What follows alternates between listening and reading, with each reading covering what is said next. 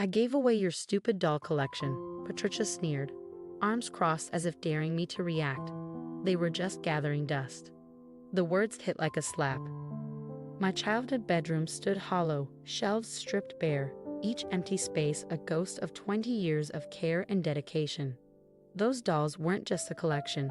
They were my history, my joy. And now they were gone. They were taking up space, she added with a shrug, her smirk more cutting than any insult. At least now some underprivileged kids will actually play with them. I forced my voice steady. Those weren't toys, Patricia. They were collectibles. Some of them museum grade. She waved a manicured hand dismissively. You're too old for dolls. I did you a favor. A favor, like the time she reorganized my kitchen or landscaped my garden without asking. But this wasn't just meddling, this was theft. Where did you take them? I asked, my grip on control slipping as my hands trembled. That charity shop on Mason Street. Her tone was as casual as if she were discussing the weather. They were thrilled. Thrilled, of course they were. Among those stupid dolls was an original 1968 Wild Lily, insured for $50,000, one of the many treasures she'd discarded. When did you do this? I pulled out my phone, hitting record. This morning. She leaned against the doorframe, inspecting her reflection. Had to make 3 trips in the SUV. Robert thinks it's about time you grew up, by the way. Robert, my husband. Always her ally. But he was out of town. Meaning this time, her actions were hers alone. I took a steadying breath and smiled. Thank you for letting me know where you took them. That'll make it easier. Her smirk faltered. Easier for what? Getting them back and pressing charges for theft. Her laugh was shrill, forced. Don't be ridiculous. They were just sitting here, wasting space in asterisk, my house asterisk. Your house? I turned to face her fully. This is my childhood home, Patricia. The one my parents left to me. You and Robert live here because asterisk I asterisk let you remember. Her face paled. I continued, pulling up photos and documentation on my phone. Every piece was cataloged and insured, including this one. I held up an image of the bald lily. It's worth $50,000. Her mouth opened, then shut. That's impossible. I showed her the authentication papers. What's impossible is you thinking this wouldn't have consequences. She stammered, I was just trying to help. No, Patricia, I said quietly, but firmly. You were trying to control me, like always. But this time you went too far. I turned on my heel and walked out, my phone dialing the police. Behind me, Patricia's voice climbed in panic. Wait, I'll fix it. I'll get them back. But I didn't stop. As I sat in my car, calmly giving the dispatcher the details, I felt the weight of years of her manipulation lift. Patricia thought she was teaching me a lesson about growing up. Instead, she was finally learning one about respect. The police arrived within 20 minutes. I stayed in the living room, methodically organizing my documentation while 2 officers interviewed Patricia in the kitchen. Her voice grew increasingly shrill, throwing around phrases like family matter and misunderstanding. Officer Chen, a composed woman about my age, sat across from me, reviewing the insurance records and photographs. This is incredibly thorough, Mrs. Mitchell, she said, impressed. Do you have the security footage? I nodded, pulling it up on my phone. The timestamp clearly showed Patricia making multiple trips to her SUV, hauling boxes of my meticulously packed dolls. She even laughed on the phone during one trip, her smugness on full display. I've contacted the charity shop, I said. They confirmed she brought everything in this morning. Unfortunately, they've already sold a few items. They're checking their sales logs now. A crash from the kitchen interrupted us. Patricia had knocked over a chair, her indignation growing louder. I was helping her, she insisted. They were just gathering dust. This is absurd. Officer Chen raised an eyebrow. Has she done anything like this before?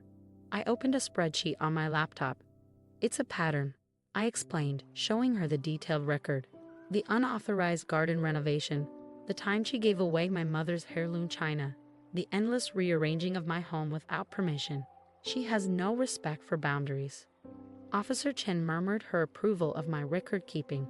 My phone buzzed with a message from Robert. Mom called me crying. What's going on? Why are the police at the house?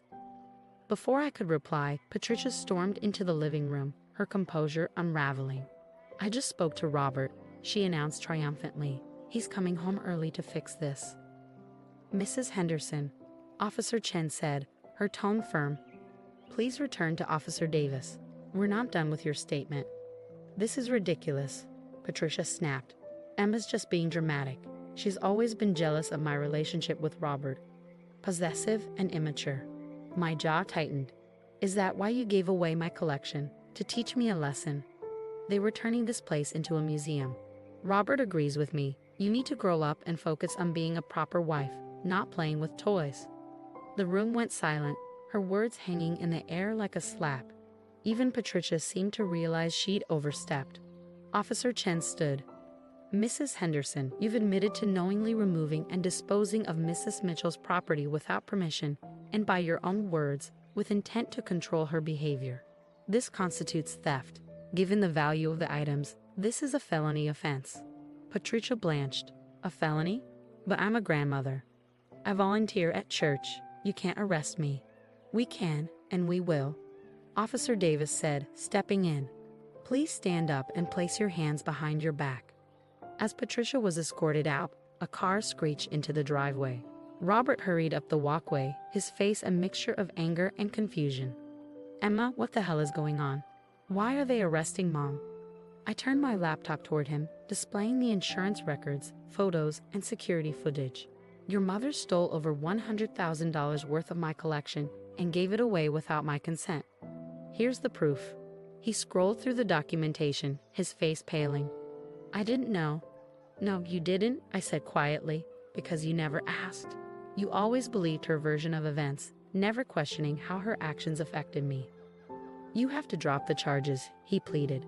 She's my mom. And I'm your wife, I replied. But you've never protected me from her. This isn't just about the money, Robert. It's about respect.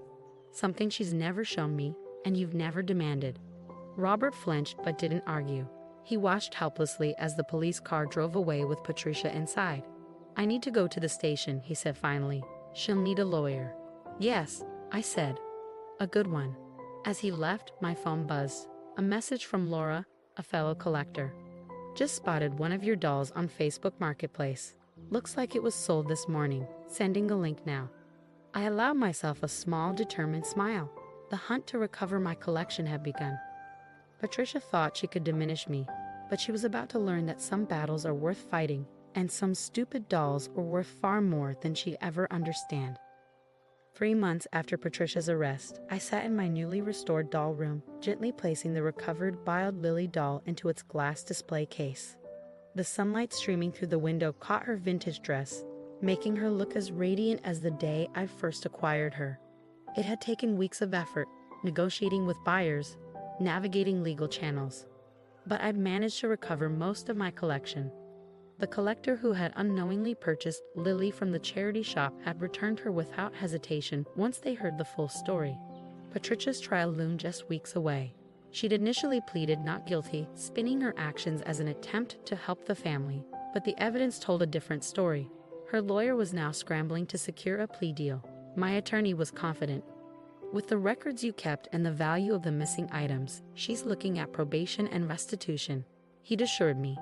The judge was particularly impressed with your thorough documentation. Robert had moved out 2 weeks after the incident. He'd left a note, claiming he needed time to figure things out. The irony wasn't lost on me that he needed clarity only after his mother faced consequences, not during the years she bulldozed over boundaries with his silent approval. The doorbell rang, breaking me out of my thoughts. Checking the security camera, I saw Patricia on the porch. Her appearance startled me. Gone was the polished, imperious woman I was used to. Her perfectly styled hair was unkempt, her designer wardrobe replaced by a simple sweater and jeans. For a moment, I debated not answering, but curiosity got the better of me. I opened the door. Emma, she said quietly, her voice devoid of its usual edge. Can we talk? I led her into the living room, noticing how her gaze flickered toward the doll room, now fully restored. She flinched, her composure faltering as she took in the sight of the carefully arranged displays. I've been in therapy, she began, twisting her hands in her lap. It's part of the pre-trial intervention program. And I owe you an apology. I said nothing, waiting. She took a deep breath, her voice trembling. I didn't see you. Not really. I saw you as a threat, someone taking Robert away from me. Everything you loved, everything that made you unique, I treated like it didn't matter. I told myself I was helping, but I was just trying to control you. Yes, you were, I said, my voice steady. Tears welled in her eyes. The therapist helped me see why I acted that way, but understanding it doesn't excuse it. I'm so sorry, Emma, for everything. For a long moment, I studied her face. The usual manipulative glint was absent, replaced by something resembling genuine remorse. Thank you for apologizing, I said finally. But an apology doesn't erase what you did. You destroyed something precious to me because you didn't respect me or my boundaries. I know, she whispered. Robert left me too. He said he needs to figure out who he is, away from my influence. Her lips curved into a small, bittersweet smile. I guess I'm learning about consequences the hard way. I stood and walked toward the doll room. Patricia hesitated before following, her steps tentative. Gesturing to the displays, I said, "This collection represents years of my life. Every piece has a story. But you never cared to ask about any of them. You dismissed them because they didn't matter to you." Patricia's tears fell freely now. "I'd like to hear those stories someday, if you're willing to share." "Maybe," I replied, "but first we need to get through the trial. Restitution is just the start. Trust takes time to rebuild." After Patricia left, I returned to the doll room, surrounded by the collection I had fought so hard to reclaim. Each piece wasn't just a reminder of what I loved. It was a symbol of resilience, boundaries, and self-respect. Later that evening, Robert called, asking to meet for coffee. I agreed, not out of hope but out of closure. Whether he'd learned anything about respect and accountability remained to be seen. Either way, I knew who I was now. I knew what I deserved. No one would ever make me feel small again. I reached for Lily, smoothing her tiny vintage dress. "We've both been through a lot," I said softly, smiling at her. "But we're right where we belong." Patricia had tried to teach me a lesson about growing up.